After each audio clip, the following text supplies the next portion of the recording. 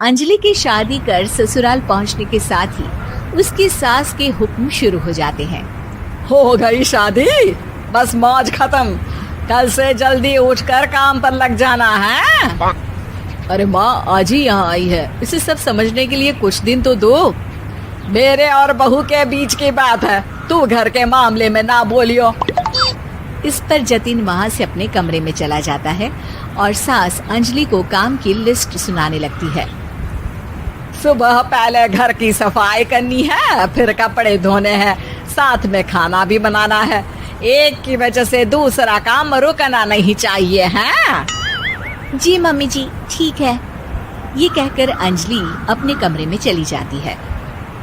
Anjali, mummy हमेशा बोलती थी बहू आएगी तो उनका काम हल्का होगा, पर मुझे नहीं पता था कि वो काम हल्का करने की जगह टाल ही देंगी। कुछ नहीं होता, ये सब मैं अपने घर में भी तो करती थी, मुझे आदत है, कोई दिक्कत नहीं होगी। ठीक है, पर अगर कुछ हो तो बता देना। दोनों सो जाते हैं और अगली सुबह से अंजलि जल्दी उठ के सास के बताए कामों में जुट जाती है, जिसमें वो जैसे ही कपड़े धोने लगती है तो सास वहाँ आ जाती है। अरे सुनो, ये कपड़े ऐसे नहीं धुलेंगे, सबको डिवाइड कर फिर एक एक करके अलग अलग धोने हैं। क्या एक एक कपड़ा अलग करके? एक बार में सुनाई नहीं देता क्या? वही बोला है मैंने, लग जाओ काम पर हैं? सास की बात मानते हुए अंजलि एक एक करके कपड़े धोना शुरू करती है, जिसे करते हुए आधा दिन बीत जाता है। अरे रे, सुबह से कब दोपहर हो गई पता ही नहीं चला, अभी तो खाना भी बनाना है। अंजलि भागते हुए रसोई में जाती है, जहाँ उसकी सास पहले से ही उसे खड़ी मिलती है। खाना बना लेना, देखो पहले पकोड़े तल दो और एक एक पकोड़े अलग अलग तलना, नहीं तो कोई कच्चा कोई पक्का रह जाता है। सास की हर बात में एक एक की कहानी अंजलि के समझ में नहीं आती, लेकिन फिर भी वो बिना कुछ बोले काम करती रहती है। अगली सुबह फिर वही शुरू होता है और सास एक बार फिर खाने के समय रसोई में आती है। आज क्या बन रहा है हैं? वो जतिन ने भिंडी की सब्जी, रोटी और धनिए की चटनी बोली है, इसलिए वही बना रही हूँ। अरे वाह जी वाह, बढ़िया है। पर भिंडी एक एक करके धोना, फिर टोवेल से पोंछकर एक एक करके ही काटना, साथ ही धनिए की पत्ती भी एक एक करके ही धोना। अरे पर मम्मी जी। अरे क्या पर, सफाई का ध्यान रखना आता भी है या नहीं है? मैं ये सब सबकी हेल्थ के लिए ही तो कर रही हूँ ना, और तुम अरा परा करती रहती हो हैं? सास की बातें सुन अंजलि हैरान रह जाती है। मैं तो सिर्फ सोचती थी कि जानबूझकर मेरा काम बढ़ाने के लिए ये सब करती हैं, पर ये तो काम बढ़ाने के साथ परेशान भी करना चाहती हैं।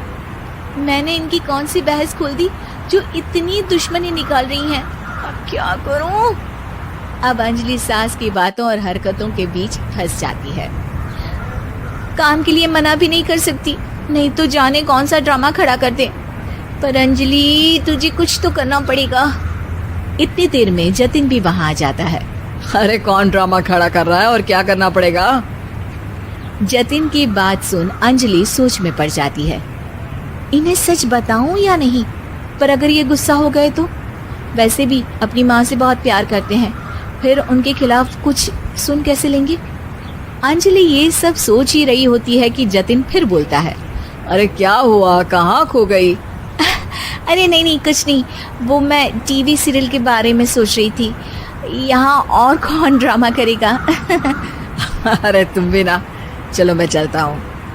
इसके बाद कुछ दिनों तक अंजलि सास को सबक सिखाने के लिए अलग अलग प्लान सोचती रहती है, पर उसे सास के एक एक करके काम करवाने की आदत बंद करने का कोई तोड़ नहीं मिलता। अगर ऐसे ही चलता रहा तो कहीं मैं एक दिन अपने सिर के बालों को भी एक एक करके सुलझना ना शुरू कर दूं। पगली हो गई है क्या?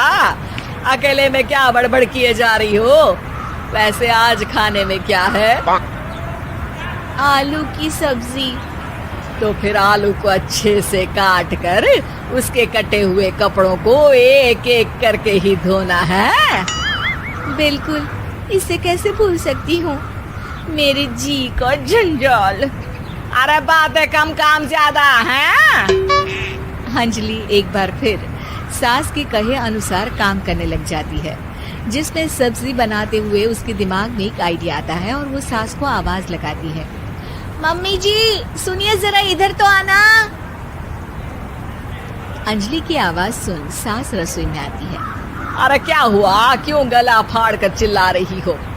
कुछ नहीं, वो सुबह कपड़े धोने की जल्दी में नहाई नहीं थी और अब शाम की पूजा भी करनी है, तो आप जरा सब्जी देख लीजिए ना, तब तक मैं नहा कर आती हूँ।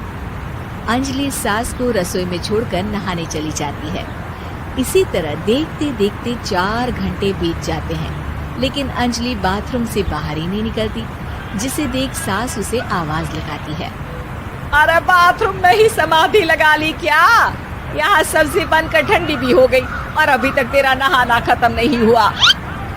मम्मी जी जैसे आप कहती हैं ना, मैं वैसे ही एक एक करके अपने बाल शैम्पू कर रही हूँ। तो अभी 3 घंटे और लगेंगे, तब तक काम और जतिन को खाना सर्व करना आप संभाल लेना। इस तरह अपने नहले पर बहू का दहला देख सास शॉक्ड रह जाती है, जिसके बाद से घर में एक एक करके करने का आलाप बंद हो जाता